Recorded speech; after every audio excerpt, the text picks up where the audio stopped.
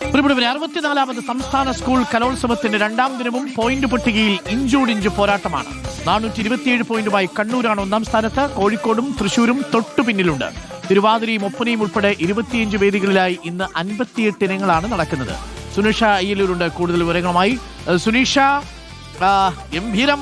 അങ്ങനെ രണ്ടാം ദിനം കടന്നു പോകുമ്പോൾ എന്തൊക്കെയാണ് കലോത്സവ നഗരിയിൽ നിന്നുള്ള വാർത്തകൾ? കളറാക്കിയോ നമ്മുടെ കുട്ടികൾ? പിന്നല്ല, കളറാക്കി അരുൺ. ഇനി ചെറിയൊരു മാറ്റമുണ്ട്. നമ്മൾ നേരത്തെ പറഞ്ഞ ഈ റിസൾട്ടിൽ നിന്നും ചെറിയൊരു മാറ്റം വന്നിട്ടുണ്ട്. 437 പോയിന്റുമായി കണ്ണൂരാണ് ഇപ്പോൾ ഒന്നാമതുള്ളത്. തൊട്ട് പിന്നാലെ തന്നെ 434 പോയിന്റുമായി കോഴിക്കോടുണ്ട്. 432 പോയിന്റുമായി തൃശ്ശൂരുമുണ്ട്.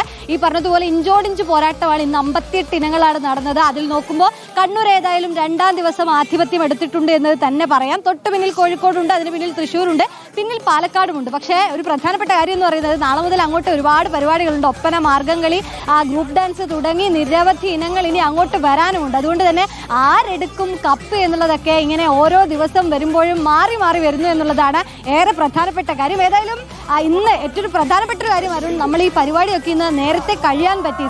കൃത്യസമയത്ത് തന്നെ പരിപാടി അവസാനിപ്പിക്കാൻ കഴിഞ്ഞു എന്നൊരു കാര്യം കൂടി ഇത്തവണത്തെ ഈ രണ്ടാം ദിനത്തെ സംബന്ധിച്ചിടത്തോളം ഉണ്ട്. ഇന്നലെ 1 മണി വരെയൊക്കെ ഗ്രൂപ്പ് ഡാൻസ് പോയിരുന്നു. പക്ഷേ ഇന്ന് ഏതായാലും ആ പ്രധാന വേദിയായ സൂര്യകാന്തിയിലെ തിരുവാതിരക്കളി അടക്കം ഇന്ന് കഴിഞ്ഞിട്ടുണ്ട്.